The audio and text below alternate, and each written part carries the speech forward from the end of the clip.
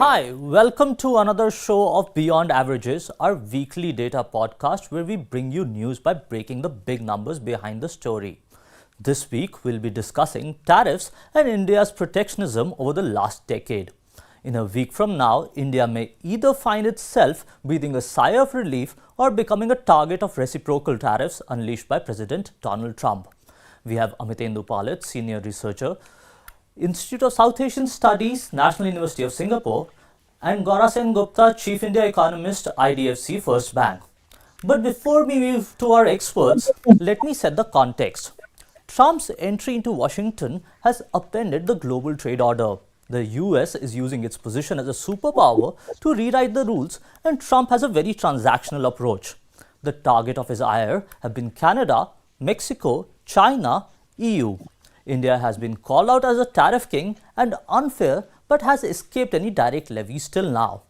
But why is India a concern? Let's look at the data here. If you look at where tariff prices have moved over the last few years, and you look at how things have changed, what we looked at was the tariff line of products across, tracking from 1990. Here, the blue represents decreases in tariffs. So 64% of the items looked at a decrease between 1990 and 96. 2004 and 99, which was Vajpayee's first term in office, this was about 60.3%.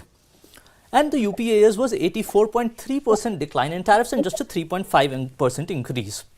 Come to 2023 and 2013, and 22.2% of the items witnessed an increase in tariffs, while 9.4% witnessed a decrease during this period. Let's move to another aspect on this part. Look at how tariffs have changed over a period of time from another perspective.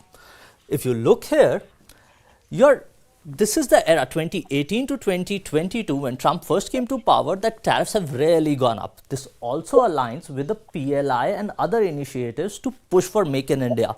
The other push for Make in India comes right here, and then there's a decrease here. So India started changing on the tariffs part right from 22-23. This year, in the union budget, the government reduced tariffs on a lot many things, reduced the tariff lines as well, and the 150%, 125%, 100% tariffs are gone. They've been reduced down to 70. Let's move to our experts to understand what has happened over the last decade and what does it mean for India. Amitendu, I'll go to you first. Has protectionism really helped India? 2013, 2023, we saw tariffs go up on a lot many products, then the products that witnessed a decrease. Has that helped in certain regard? Because we had Make in India around that time, and now there's Make in America, and are they clashing?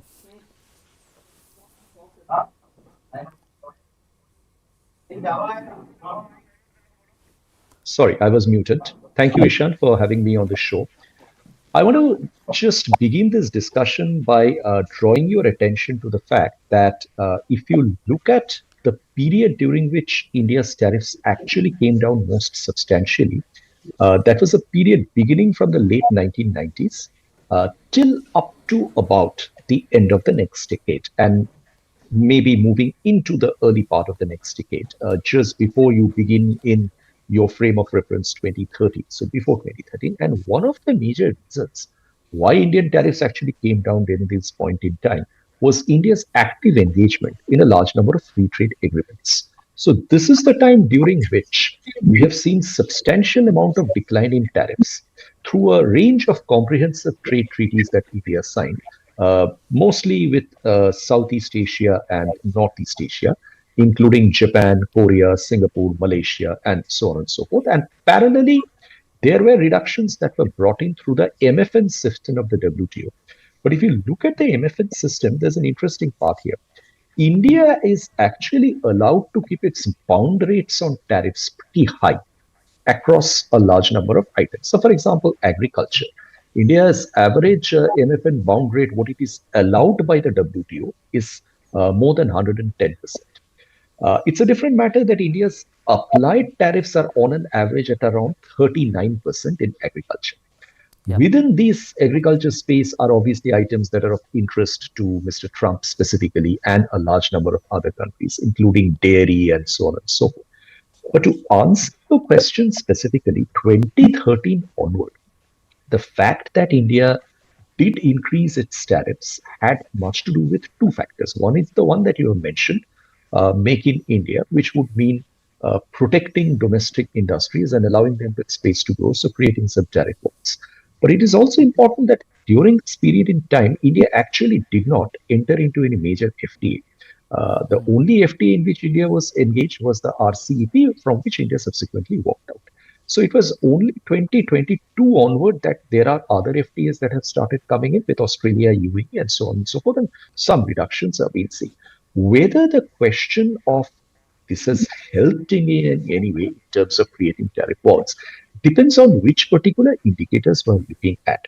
I'll not go into the macroeconomic specifics of it, but my understanding is that to some extent, this entire system has created complications. The complications mainly arise from the fact that tariffs have, and this is something which very luckily has been addressed in the last budget, higher tariffs did create something that we call an inverted duty structure.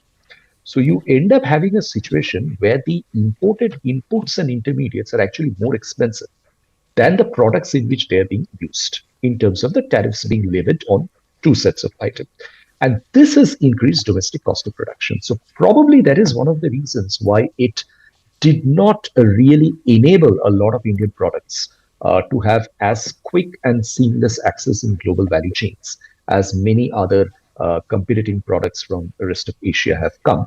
But the good point, yeah, the good point Yep. now is that this is something which needs to be addressed effectively. Uh, Gora, let me move to you. You are an expert on the Indian economy part as well, right? Have tariffs really helped? Because if you look at manufacturing, if you look at PLI schemes, it's worked in certain sectors, it's not worked in certain sectors, right? And Make in India has its ebbs and flows all over the period. So, have they worked, or has turning protectionist actually hurt India over the last few years? So one point regarding your first question regarding that period between 2013 to 2023, when India did increase its tariffs, and we did see a slowdown in our goods export growth. But from it slowed down from almost 18% growth in the previous 10-year period to around 4.4% in the current, that 2013-2023 period. But also you have to keep in mind that global export growth during that period also slowed down substantially. A similar extent of slowdown. World export growth during that period slowed down from 10% to around 2.8%. So it's not, yes, I completely agree that the tariffs did add to complications, but India's export growth was also in line with the fact that we had a slower global economy, and a lot of the China growth that we saw via exports took place at a time when global export growth was very strong. You had it was able to take full advantage of a younger demographic. India is now trying to boost its exports in a global economy which is older, and it will be more slower growing. For example, during that period, the previous 10-year period, China was able to clock around 10% real GDP growth. Now itself, China is aiming for a softer growth of around 4 to 5% as its own economy is aging. So right now, I would say we also have to acknowledge the fact that we'll have to boost our export performance in a slower global environment. The other issue, apart from tariffs, which might have hampered our ability to increase our market share, India's market share of merchandise exports in global exports has stayed stagnant to around 2%. We've not been able to increase it. If you look our services side, we've actually seen a gradual increase to 3% plus in overall world exports. We are increasing gradually our services export. This also shows that on the services side, we have a comparative advantage, the language, the labor, the software skills, which is a natural advantage. And we are seeing every single month, India's services export growth is picking up, even though it's picking up in a slower growing global economy. The manufacturing side, apart from tariffs, I would also say ease of doing business. That is one of the reasons why it's tougher for us to enter global value chains. For example, if you look at China, China in the first phase of President Trump was targeted, was the primary target, I would say, from 2017 to his tenure till 2020. But you look at China's trade surplus. Despite that protectionist measures by President Trump, China's trade surplus has continued to rise.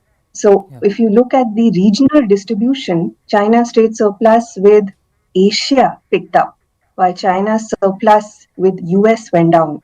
So, China's exports still reached the US, but they went via different countries because China is so integrated in the global value chain. So coming back to that point, and Gaurav, this question goes to you first because we just had that part about global supply chains.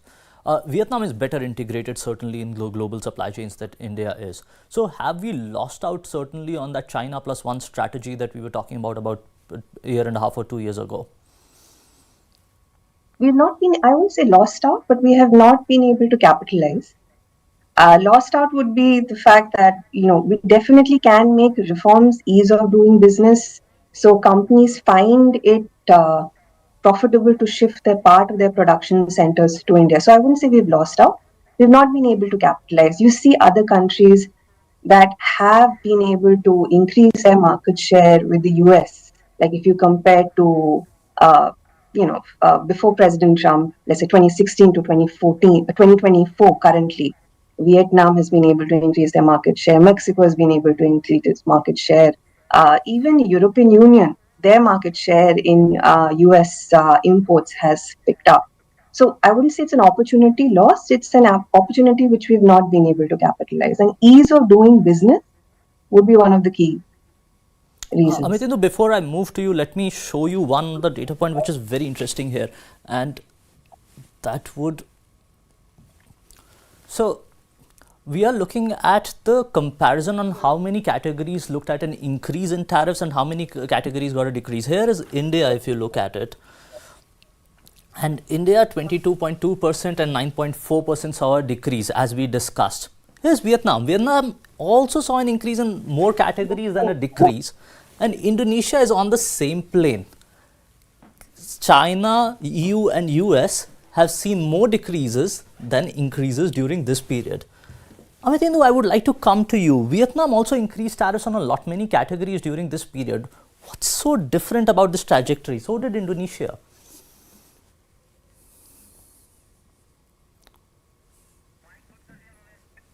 So you're on mute.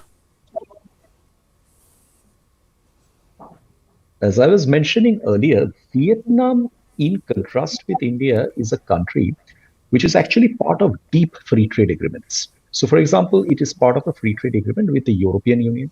It is part of the RCEP. It is part of the ASEAN Free Trade Agreement. And it is also a part of the Comprehensive and Progressive Trans-Pacific Partnership, CPTP.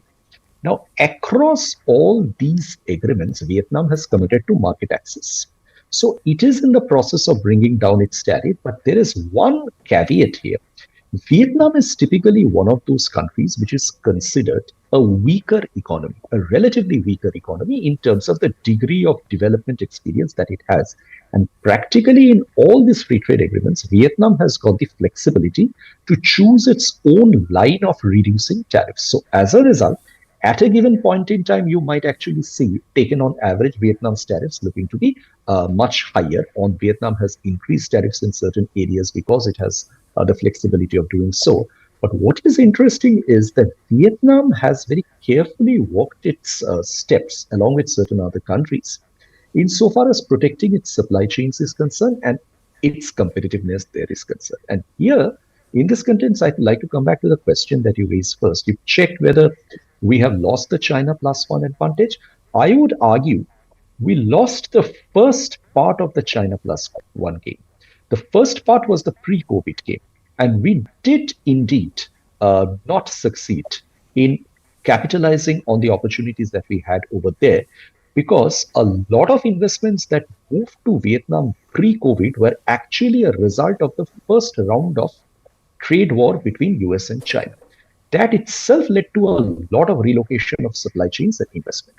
What we have seen later, post COVID, when politically actually a China plus one strategy of de risking and diversification started coming into shape, that is actually the phase when India did not do too badly.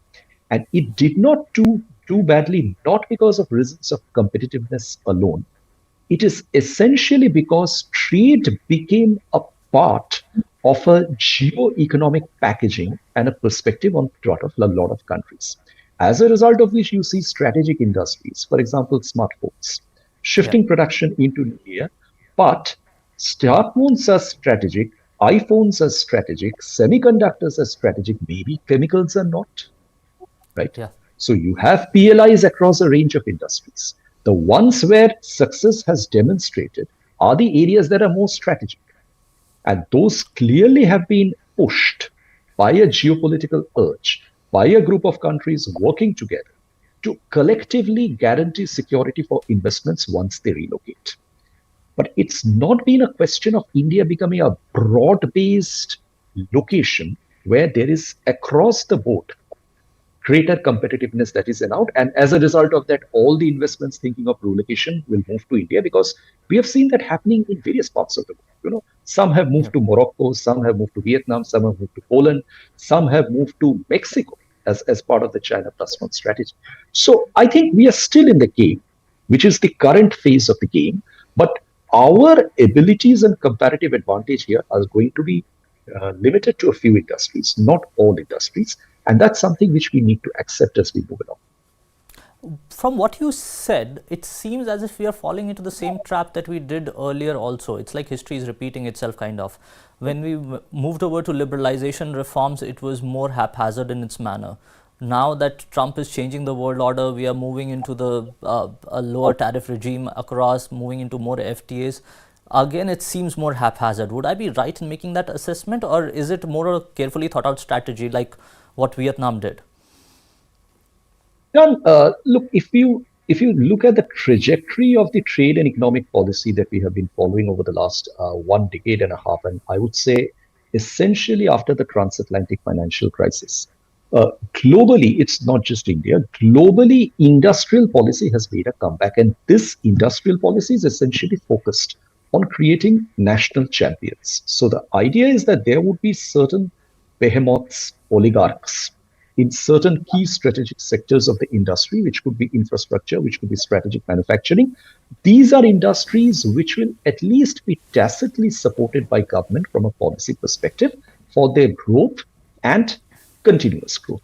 This has been happening worldwide. India's industrial policy is not an exception. And for that objective, a certain degree of on border protection through tariffs has been provided. But the funny part is, if you look at other policies, India's foreign investment policies are very limited. So, this is typically that case where you are expecting an investor to actually come into India and invest because of the high tariff walls.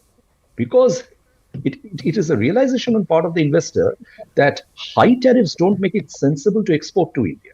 Rather, it's a better call if you go into India and invest, and that is what is enabling the growth of national champions. Now, this is a global policy. This is a global policy which we first saw in the 70s and 80s. That is how TSMC developed, Japanese majors The developed, the Korea developed chaebols of through Korea. Shabols and yeah, exactly, Shabols and Keiretsus and those in that part. Then economic globalization pushed this out because of horizontal comparative advantage efficiency. Now there is a comeback. The United States is doing this, China is doing this, even European Union through the Draghi report has started focusing on internal industrial competitiveness. So Yeah. I won't say India was out of sync. The question is that whether we have been able to obtain what we thought we will obtain as a result of that. I believe as of now, it is not easy to reach a conclusion on this subject. But we will need to wait and watch and see which direction we actually move to from here. Let me take you to another data chart, and this is another interesting aspect on why Trump is so angry with India. Look at average tariff changes over 2023 and 2020 and 2013, and this correlates to what Amitindu was saying a while. Cereals have seen an increase, which Trump doesn't like. Dairy has seen an increase. Vehicles have seen an increase, which Trump doesn't like. Right. So these are the items that have actually seen an increase, the highest increase amongst these tariff categories. Sugars, which is another major US export, has seen an increase. Now, let me get to what's gotten more expensive as well. So we looked at the same categories and where tariffs have increased, and we found out that about $130 billion of trade here, $30 billion of trade here has gotten more expensive, which is 5% of imports of all these countries. And if I look at India here, again, this is one of the reasons that we are facing the ire is 19.4% of the goods here have become more expensive, 12% in terms of Indonesia and 10.7% in terms of Vietnam. I'll go back to you, Gaura, on this part. There's a very transactional Washington, and you were talking about a comparative advantage part. Where does India's comparative advantage lie besides the services exports that we do in a transactional world? I wouldn't say comparative advantage is the right term. I guess the right term would be what can India offer for us to basically avoid this sort of reciprocal tariff. So we can definitely offer them, let's say, higher crude oil imports from the US, and India has been doing that. Even during the first term of President Trump, India did improve their crude oil imports from the US. In fact, one of the largest imports that India does do from the US is fuel, and also offering to reduce our tariff differential on certain products. For example, that metric of India's, for example, if you look on a sort of a simple average basis, the tariff differential is around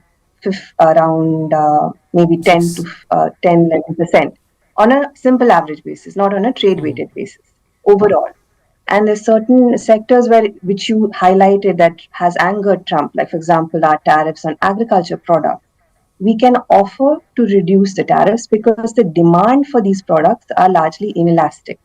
So the impact on us basically will be minimized. For example, if you take the products where India's the interest rate, the tariff differential is more than 10%, the share in our total, I would say, imports is not much. For example, it's maybe roughly around 4%.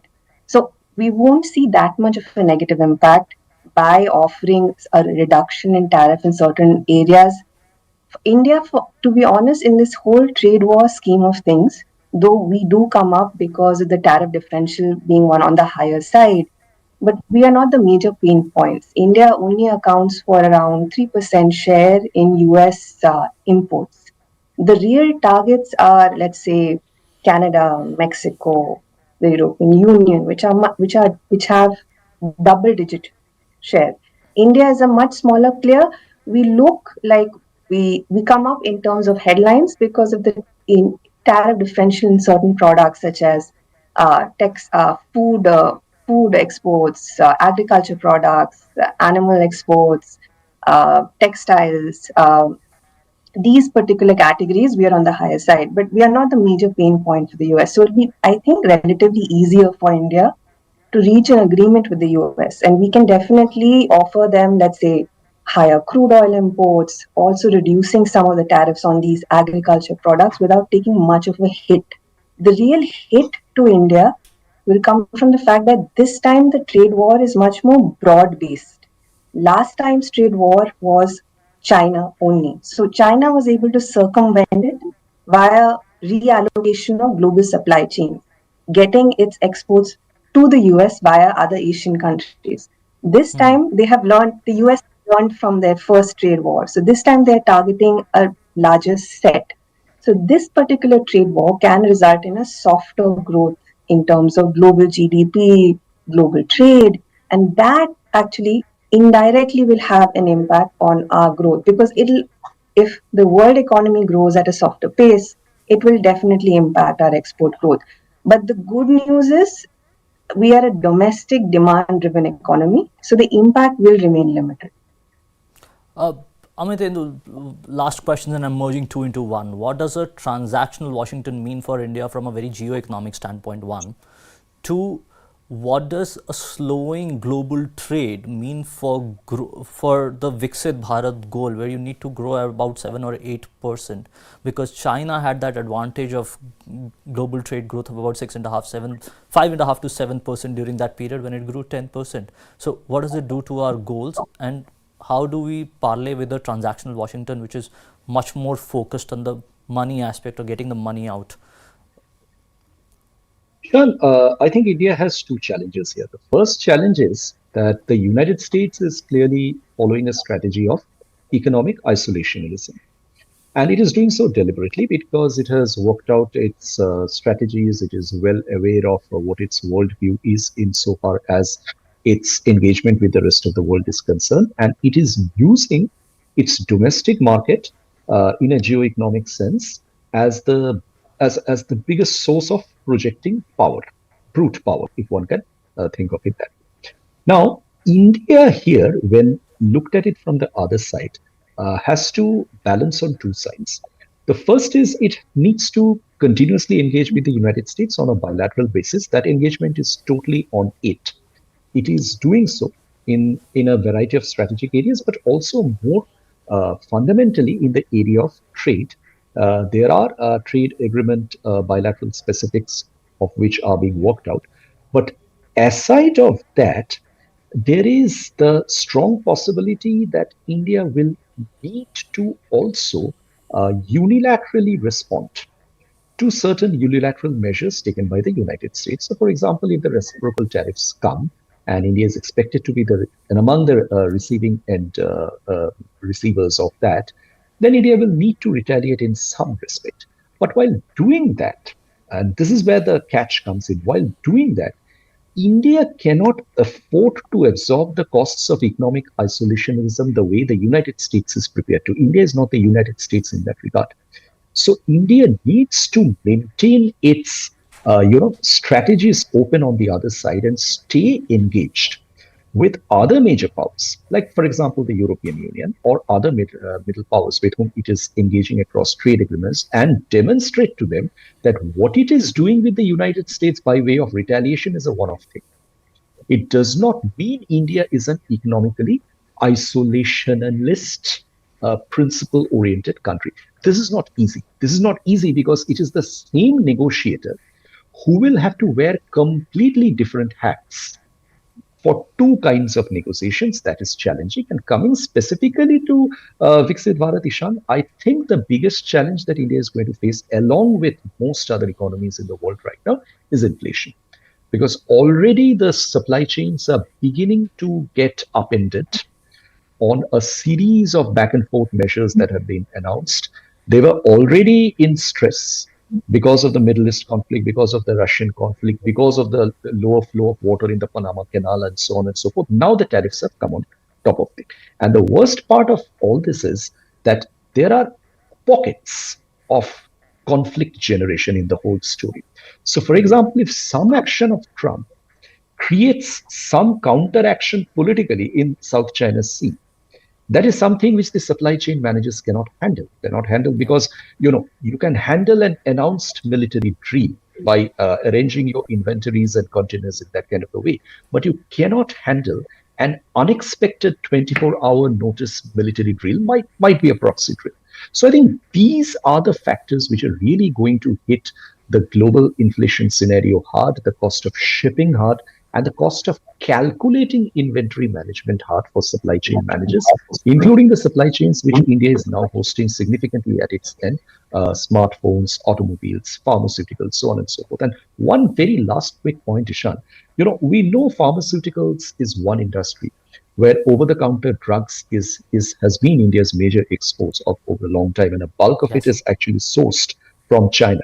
Now the question is, China will also retaliate as it has on US tariffs. The point is whether it will just isolate United States products for the tariff action, or is it going to be a generic action?